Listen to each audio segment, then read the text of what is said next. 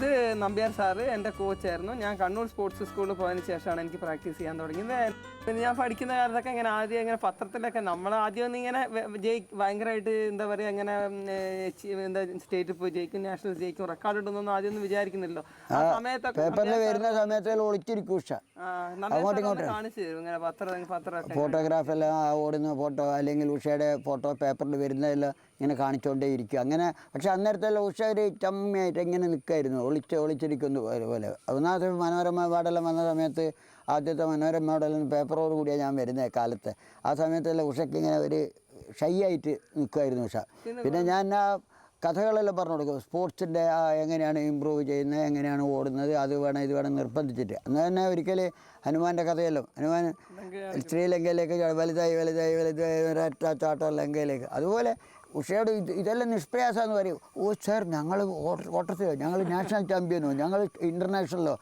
അത് ഞാൻ പറയും ഇതൊന്നും സാരമില്ല, അത് തുടർച്ചയായിട്ട് എൻ്റെ ഈ പ്രാക്ടിക്കൽ ഇതായിട്ട് വരികയെന്ന് വെച്ചാൽ ആദ്യത്തെ വർഷം ആ ഡിസ്ട്രിക്ട് ലെവലിൽ, രണ്ടാമത്തെ വർഷം സ്റ്റേറ്റിൽ, മൂന്നാമത്തെ നാഷണലിൽ, അങ്ങനെ ഇൻ്റർനാഷണലിൽ പോകുന്നില്ല. ആ രൂപത്തിലുള്ള കഥകളാണ് ഞാൻ പറഞ്ഞു കൊടുക്കുന്നത്.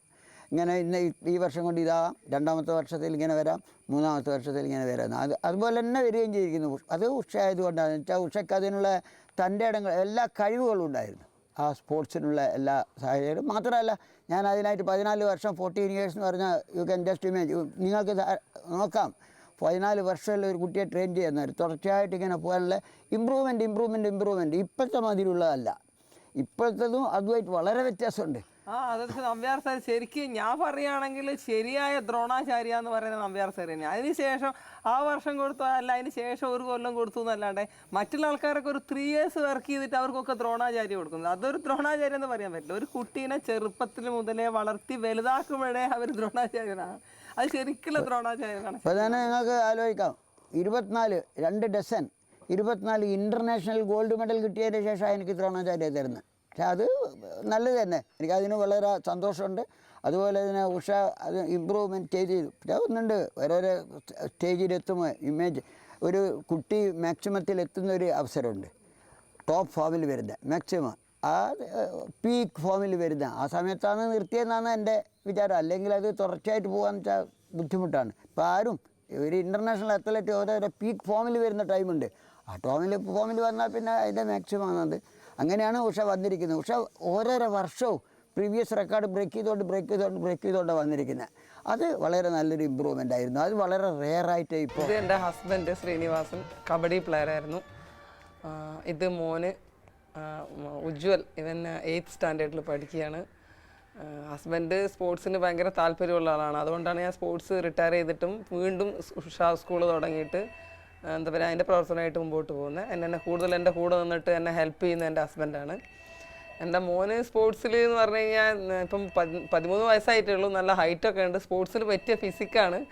പക്ഷേ കളിക്കാനൊക്കെ ഇഷ്ടമാണ്. ഓടുന്ന രീതിയിലേക്ക് വന്നിട്ടില്ല. പക്ഷേ സ്വിമ്മിങ്ങിനൊക്കെ പോവും. എത്രത്തോളം സ്പോർട്സ് വരുമെന്ന് പറയാറായിട്ടില്ല.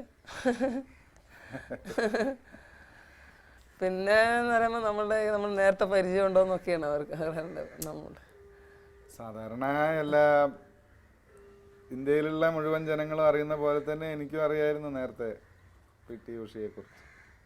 അതല്ലാതെയുള്ള മുൻപരിചയമൊന്നും ഞങ്ങൾ തമ്മിൽ ഉണ്ടായിട്ടില്ല. ഫാമിലിക്കും അങ്ങനെ ഒരു പരിചയം ഉണ്ടായിരുന്നു.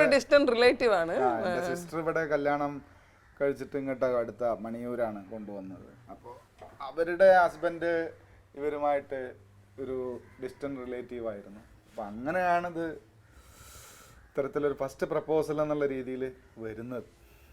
പിന്നെ പരസ്പരം കണ്ടു, പരസ്പരം ഇഷ്ടമായി, പിന്നെ ഡേറ്റ് നിശ്ചയിച്ചു, കല്യാണം കഴിഞ്ഞു. സാധാരണ നിലയിൽ ഇപ്പം സ്പോർട്സ്മാൻ ആണെങ്കിൽ എപ്പോഴും നമ്മളൊക്കെ പല കാര്യങ്ങളും ചെയ്യുകയാണെങ്കിൽ ഹസ്ബൻഡ് സ്പോർട്സ്മാൻ ആകുമ്പോൾ കുറച്ച് നന്നായിരിക്കും.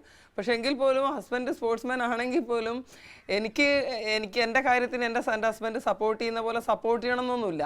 ഈ സ്പോർട്സ്മാൻ ആണെങ്കിലും അതിനൊരു മനസ്സുണ്ടാവണം. കാരണം സ്വന്തം ഭാര്യ പല ഫീൽഡിലേക്ക് വീണ്ടും തിരിച്ചു വരുമ്പം എല്ലാ കാര്യത്തിലും കൂടെ നിൽക്കണമെങ്കിൽ അതിനൊരു പ്രത്യേക സ്പോർട്സ്മാൻ ആണെങ്കിൽ ഒരു പ്രത്യേക മനസ്സ് വേണം. അതെൻ്റെ ഹസ്ബൻഡിനുണ്ട്, അതെൻ്റെ ഭാഗ്യമാണ്. കാരണം അതുകൊണ്ടാണ് എനിക്ക് ശരിക്കും പറയുകയാണെങ്കിൽ ഞാൻ സ്പോർട്സ് ആൻഡ് ആക്റ്റീവ് അത്ലറ്റിക്സ് വിരമിച്ചിട്ടും എനിക്ക് സ്പോർട്സിന് കാരണം സ്പോർട്സ് സ്കൂൾ തുടങ്ങുക, സ്പോർട്സ് സ്കൂൾ എനിക്ക് കിട്ടാതെ പോയി ഒളിമ്പിക് മെഡൽ കൊണ്ടുവരിക എന്നൊക്കെ പറഞ്ഞു കഴിഞ്ഞാൽ ഒരുതരം എന്താ പറയുക ഭയങ്കര ബുദ്ധിമുട്ടുള്ള കാര്യമാണ്. അതിൻ്റെ കൂടെ നിൽക്കണം നമ്മുടെ സ്വന്തം കുട്ടികളെ പോലെ. അപ്പോൾ ഹസ്ബൻഡിന് താല്പര്യം ഇല്ലെങ്കിൽ ഒരിക്കലും പറ്റില്ല. അപ്പോൾ എൻ്റെ ഓരോ കാര്യത്തിലും എൻ്റെ കൂടെ എൻ്റെ ഹസ്ബൻഡ് ഉണ്ട്. മാത്രമല്ല എൻ്റെ മോനും, കാരണം പല സമയത്തും ഞാൻ മകനെയൊക്കെ മിസ്സാവാറുണ്ട്. കാരണം എൻ്റെ ഒരു നല്ല സമയം നമ്മുടെ സ്കൂളിലെ കുട്ടികൾക്ക് വേണ്ടി കൊടുക്കാറുണ്ട്. അപ്പം മോനും ഭയങ്കര അഡ്ജസ്റ്റ് ചെയ്യുന്നതാണ്. അപ്പോൾ അതൊക്കെ എൻ്റെ ഭാഗ്യമാണ്.